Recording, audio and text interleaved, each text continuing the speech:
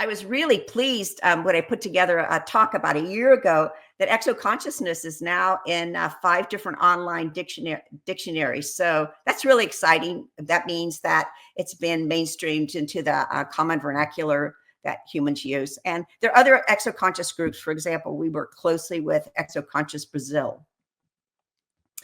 So today, again, I am focusing my discussion on this Real Disclosure Conference from a perspective of a contactee from childhood, from a perspective as an exoconscious human. So I'll be bringing up some different perspectives of where I see, or we see, disclosure headed. So really the 3 points are, I believe that the Intel military threat op has been toppled.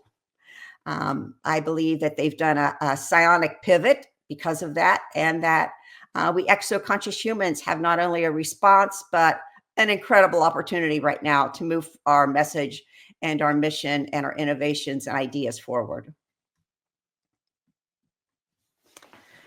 So the past Intel military threat narrative really kicked off in 2017 with a New York Times article, the $22 million that was spent to research UFOs and extraterrestrials. And that article, which if you go on my website, exoconsciousness.com, even at the time, we as an Institute for Exoconsciousness wrote a response to what exactly was going on with that threat narrative. And we said at the time, UFOs, extraterrestrials are not a threat. They're an opportunity. And we continue to view it that way today. I think this might be a good time to just stop and say that one of the things we value in exoconsciousness is critical thinking abilities, analysis, and a lot of discernment. So we choose to contact, communicate, and co-create with beings, once again, extraterrestrial, multidimensional spiritual beings that can advance us as humans. So there's been a lot of advancement, as we all know, in the world of AI, in the world of transhumanism, digital currencies. And what we're seeing now is there's also, in a lockstep almost, an advancement of natural human consciousness. So it's almost like these forces, whether they're geomagnetic or DNA, that are coming into the world right now, maybe solar flares, realignment in the cosmos, astrology, whatever you want to call it, that it's actually moving forward to different agendas that may in the future come together. So with the 2017 New York Times article, there was an immediate shift in reality. It's like someone turned a dial. So we weren't really allowed to say UFO anymore. I think Hillary Clinton went on some kind of a comedy show at night and just kind of stumbling around trying to say UAP. So all of a sudden, it's like you can't talk about UFOs anymore. You have to call them UAPs. And you can't talk about extraterrestrials. You have to call them NHI, or non-human intelligence. So whenever there's a word change, just red flag here, whenever there's a word change, that's to steer human consciousness in a certain direction. So a lot of people joined the UAP threat op. And over these past years, since 2017, we've watched people that got great payoffs. They got New York Times bestseller book deals that had the threat narrative. They had films and television shows that were based on Intel military experts. A lot of mainstream news coverage, put out a New York Times bestseller book, and all of a sudden you're on the Today Show, CBS This Morning. You're on all of the great shows that, we normal exoconscious humans don't have a prayer of doing that. All of a sudden they have top podcast interviews, Joe Rogan, Tucker Carlson. They have speaking engagements from Silicon Valley, the Soul Foundation, to the SALT conferences in Wall Street, where a group of military intel insiders go and try to sell the deal of the decade to Wall Street investors. It's just very interesting how it's just woven into the whole collective cultural weave. There's these payoffs that were given if you followed the UAP op, that chances were you were going to get a payoff. And then, of course, along with the SALT conferences, there's was investment opportunities. We're launching it's To the Stars initiative. We're going to launch these shares of stock, and you can buy these shares of stock or join our institute for $1,000, and you're going to get insider knowledge, or you're going to get the exotic technology we're going to build. Well, none of that really ever proves to be true. And then the overriding umbrella of the threat narrative was market manipulation, primarily through social media, as well as films and books and media coverage. Much of this was led by UAP charismatic personalities. And one of the things these charismatic personalities did, all of them were like intel or military personalities, was they heightened the threat narrative. So they showcased the threat narrative, which in turn also showcased how important they were, like all the 3-letter agencies that they belonged to, all the insider skiffs that they could attend because they had this high clearance. So it's just heightened this threat narrative with their personality. They all received payoffs. All the payoffs were directed to them. And of course, I don't know if you follow X. If you follow X, it's kind of devolved into this military intel people yelling at each other and calling each other out. It's kind of like the mean boys instead of mean girls. So all that drama, what's it do? We click on it, we tune into the drama, we sort of participate in the drama, and you get more likes on social media because of the drama. So they kind of pulled the drama card here recently. So what happened then to independent researchers? What happened to independent UFO researchers that for years, decades upon decades, had spent their life researching UFOs? What happened to those people? Most of them that I know all decided to join the UAP threat narrative because they thought there was going to be a payoff there. But those that didn't suffered, those independent researchers that didn't, they really suffered a decline in independent research. The money dried up, the conference engagements dried up. Many of them were shadow banned. I don't know if you know what shadow ban means. Shadow ban means that if you post on X, you'll get maybe 2 people will read your post or 20 people will read your post. If you're intel military, 10s, 20s, 30,000 of people will read your post. So in effect, the algorithm on a social media platform then is shadow banning what you have to say, and instead giving intel military personalities prominence. So what's the issues with the threat disclosure? For me, I would say that since 2017, that the threat disclosure really has deteriorated. I just want to put a plug in here for Exoconscious Brazil, because we had a wonderful talk with Juliana Pizzotti, and the pivotal chapter of Lou Elizondo's book, Threat Imminent, was the Colares Brazil incident. And Juliana just did an amazing job taking apart, actually, that chapter of the book and showing that it was not at all a UFO attack as it was meant to be. So also poor quality images of UAPs have been presented. Chandeliers. I mean, I don't know if you saw on X the picture of the chandelier, Jake Barber's egg drop, and then it kind of comes out later. And he said, I didn't really man that helicopter. And the Tic Tac video, of course, that people had seen that for years. And unfortunately, most independent researchers received no credit for their prior work. Everything was just kind of scooped up, maybe by Langley. I don't know who scooped, but a lot of their independent research was just scooped up. And it's kind of how, if you write a book today and you do a lot of research, it just gets scooped up into into AI. The same thing happened to independent researchers, UFO researchers. I think the real peak narrative collapse for UAPs was in late December, early January of late December 2024, early January 2025. The magnificent display of drone flyovers in late 2024 across New York, New Jersey, and Pennsylvania, targeting civilian and military sites. Claims of drones from Iranian motherships and spy drones from China and spy balloons from China.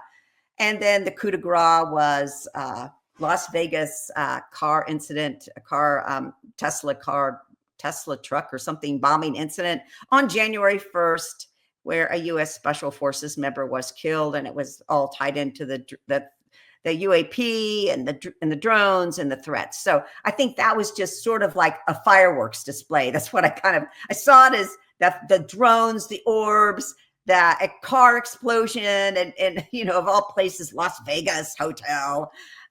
Just really mass hysteria. It's like a fireworks all of a sudden to like, look at us, look at us.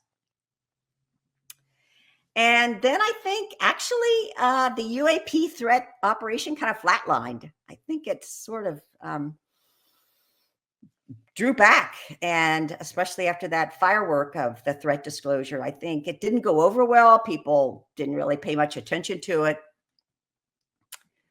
And so then January 20th, Trump administration comes in.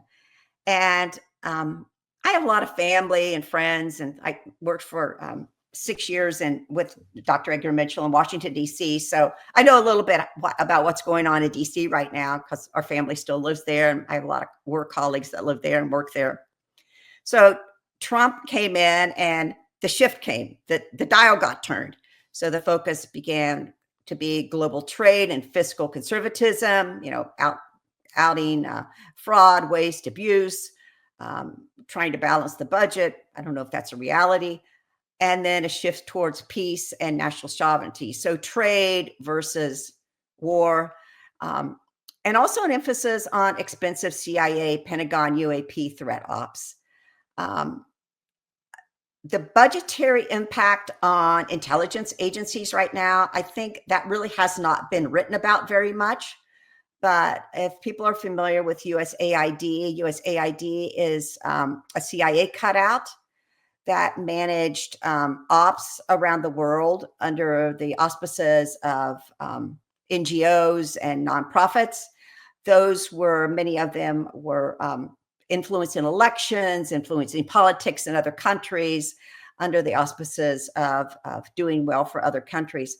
And that took a direct budgetary hit to the CIA. So many of those programs have been canceled. Many people in Washington, D.C. today had their entire professional careers wrapped up in the CIA, State Department, USAID programs. And now they don't have a job. And now they don't have funding. And I don't really know. It's almost like the Rust Belt meets Washington, D.C., and nobody ever thought it was going to happen. I come from the Rust Belt, Dayton, Ohio. When I first lived in Dayton, Ohio, there were 7 Fortune 500 companies. When I left in 1992, there was 1. So we're talking about an incredible loss of professional lives, incredible loss of personal lives, and the whole moving of manufacturing and professional life into the global economy, offshoring it, and America becoming a service industry. Also, there's some accountability in the Pentagon. I don't know what's going to happen with that, but we address the intelligence agencies. I don't know if people are familiar with Mike Benz. His last name is B-E-N-Z. He's done magnificent research on what happened with USAID, how it was used as a CIA cutout. To be well informed, you should truly follow Mike Benz. I can't recommend him enough. So recently, the Pentagon just failed its 7th audit in a row. We've all put up with this for obviously 7 years. So yeah, I don't know what's going to happen with that, but that's definitely going to whether it's Intel and the CIA or it's the Pentagon and the military, these changes, these changes that came in with the Trump administration are going to affect disclosure from those people, from the intel military people. So here's just a thing on a recent thing I pulled up on X. Washington, D.C. initial jobless claims. You can see February 22nd, 2025. They're just going through the ceiling. People in D.C. are living in shock and awe and trauma, and don't really know what's going to happen with them. And I don't think D.C. has ever known anything like this. And it's definitely going to affect the intel military UAP threat narrative, because it's not going to have the financial backing anymore. So when things fall apart, it's time for a pivot. So that's where we move from craft threat, the UAP craft threat, to psionics consciousness. This picture, Why Psionics, Why Now, comes from a Substack series of Substack articles I've been writing. There's 4 actual articles in the Substack. And this is the cover of the first Substack. My Substack's free. It's just Rebecca Hardcastle Wright at Substack. Please come to the Substack and read and participate in this community. So in February 23rd, 2025, Jim Garrison pulls together a psionics conference with a lot of very interesting people. But the thing I pulled out of this conference is Jim Garrison says, explain in your own words what you mean by psionics. And Jake Barber, known for the egg helicopter video and Russ Cohart interviews, his response to define psionics is, it's kind of a fun word. You can play with this thing, but this is really what he's saying. It's digital intelligence or digital consciousness. Note the word digital, because we're going to get into that. So anytime, again, there's terminology changes in ufology, from UFO to UAP, extraterrestrial to NHI, non-human consciousness. And I bet most people, if you would say, what's NHI mean? They'd have no idea. You ask them what extraterrestrial or ET means, they tell you in a nanosecond. So there was a reason that these words are changed. And then we move from exoconsciousness or psychic abilities to psionics, another shift. And all of these word shifts, a lot of people have written about how language is spelling. So it's like casting a magical spell. It impacts our perception. Words impact our perception. They impact our influence. They influence our thinking and belief, and they steer our consciousness in a certain direction. So I'm doing ETs in this direction, and now I'm doing NHI, that nobody knows what that is, in this direction. So it's steering how I'm thinking, how I'm talking, what kind of talk is permitted online and social media. So it has a huge influence on human consciousness. So psionics becomes kind of an intel military word game at that point. What psionics really is, it came from science fiction in the 1930s. John W. Carpenter used it. I write about it in my Substack. Who was this man that brought forth this word psionics? You can kind of read about his childhood and who he was and why he brought forth that word psionics. But bottom line, psionics is engineering principles applied to paranormal phenomenon. So engineering principles, cybernetics, computers, implants, brain to computer interfaces, voice to skull consciousness, all of those are engineering principles, okay? It also includes extrasensory perception, telepathy, and psychokinesis. And I feel like we're going to just, if the 60s and 70s were the era of drugs and drugs pouring into the human mind, I think 2025 is going to really kick off the era of implants and brain to computer technology going into the human mind. And that's what psionics is.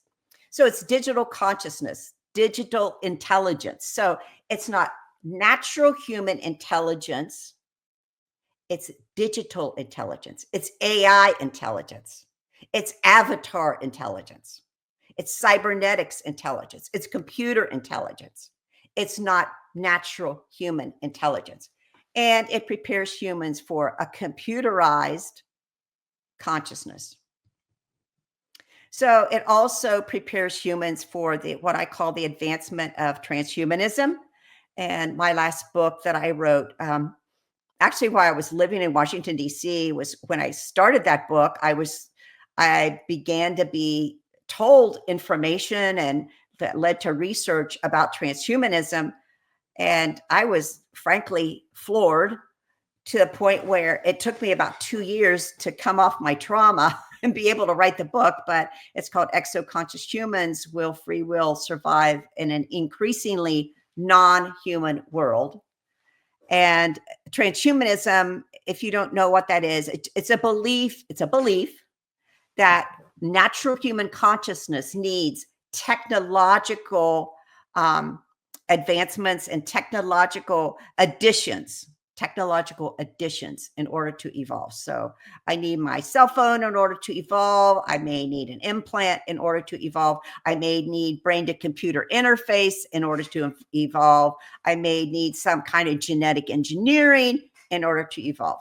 That's transhumanism as opposed to natural human consciousness. So the psionic pivot was taken by military intel. They've been working on this for a long time, and they've got all the patents, quite frankly. So it's the integration of technology to enhance human bodies, minds, and environments, beginning to familiarize people with life with robots and advanced data mining. So every time you're on the social media, your data is being mined. What you're looking at, what you're talking about, what you're posting, what kind of frequency, emotional frequency you're emitting is also being taken up. It's also getting us ready. The psionic pivot is also getting us ready for future innovations in surveillance and synthetics and digital biology, and acceptance of what Jake Barber called digital consciousness and digital intelligence, and living with robots. So we often think that computers were designed to be like humans, but that's really not true. In cybernetics, we learned that humans are designed to be like computers. So that's an inversion, actually, of what we were told. So this is part of the psionic pivot. In my second Substack, I go into the game of psionics. Psionics was big in online gaming. So it's using games like Dungeons and Dragons, Bureau 13, Champion Hero Systems. And people that play these games were also given a message that they have these superhuman abilities when they're playing the game. So they're telepathic, they're telekinetic, they're precognitive. But they only have these superhuman abilities when they're playing the game. And I want you to remember that. You're only superhuman when you're in psionics, when you're playing the game. So it's a closed loop to gain abilities, and you lose them if you don't play. So this all goes back to a very important concept called game theory by John von Neumann. He was a mathematician, brilliant mathematician. And what game theory does, and that's the basis of online gaming or any kind of video gaming, is it studies strategic decisions in competitive settings. You win, I lose. Okay. So participants' reactions are monitored, and it doesn't matter in the game whether you're playing a video game or whether you're in the psionics game, this digital consciousness game. It doesn't matter if you're aware you're in it or you're not aware in it. You can still be playing it and not know. That's really important. So there's a real neurological brain impact of game theory. So it's a battle for your mind using perceptions, rules, and patterns. And the field of psionic gaming then is structured by social media and Hollywood entertainment and news structures the field. So it's a zero-sum game. And we're going to talk a little bit about what's a zero-sum game. So I see what's happening right now in terms of disclosure as a choice. You're going to be an exoconscious human, or you're going to be a psionics human, transhuman. So exoconscious vision of advanced natural consciousness, where you focus on your natural psychic intelligence that all of us have. And that includes contact, communication, and co-creation with nature, beings, as well as the cosmos. Or are you going to be a psionic transhuman? So are you going to live in a game world, live in a virtual reality, an artificial reality created by AI, technology, and implants or brain-to-computer interfaces? And with that, you're given the promise of you fit in, you're popular, you're given the promise of the payoff of digital intelligence, that if I use ChatGPT and I have a ChatGPT agent, I'm going to be smarter than the average bear, but I'm also going to have immortality. I'm going to live forever. So there's a lot of payoffs in psionics. So let's just give some examples of what a natural human would be compared to a psionic human. So an exoconscious human would go out and buy organic produce. A psionic transhuman would go out and buy GMO produce.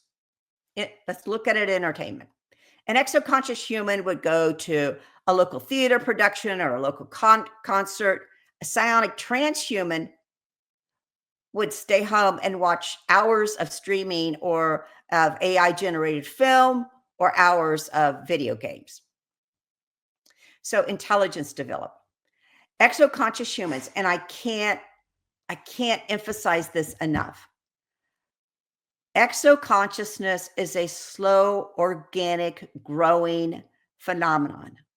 It doesn't happen overnight. It's slow growth, it's human, and it's real. Transhumans will want quick artificial reality. I'm going to go take a ketamine journey. I'm going to play a video game. I'm going to watch everything that the Intel military tells me about disclosure. Living in a quick artificial reality, I'm going to get a payoff. That's the difference. So let's go to zero-sum games. This is a really important critical thinking aspect to bring into what psionics is. So in a zero-sum game, there's one loser and one winner.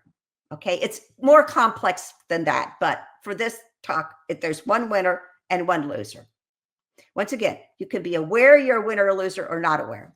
So whoever controls the system wins. So let's go back to the military intel controlling of the system. They have the AI, they have the algorithms, they have the electromagnetics, they have the social media, they have the weapons system, they have the banking system. They've got the entire field. Natural humans do not. That's a zero-sum game. That's why we get shadow banned. That's why we get ignored. For now, just for now. So that's a zero-sum game. Only one team can win the Super Bowl, and not right now. It's AI. It's AI, social media, with military intel. So there's been a deliberate psionic pivot. So as I talked about, there's been a deliberate replacement of turns. Psionic is replacing psychic intelligence, or exoconsciousness.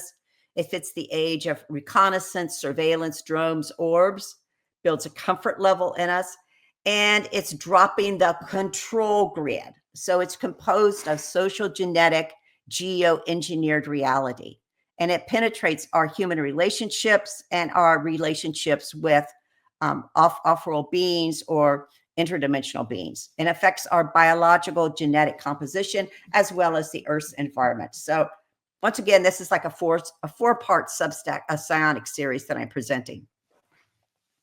So what's the psionic disclosure win? Why did they pivot?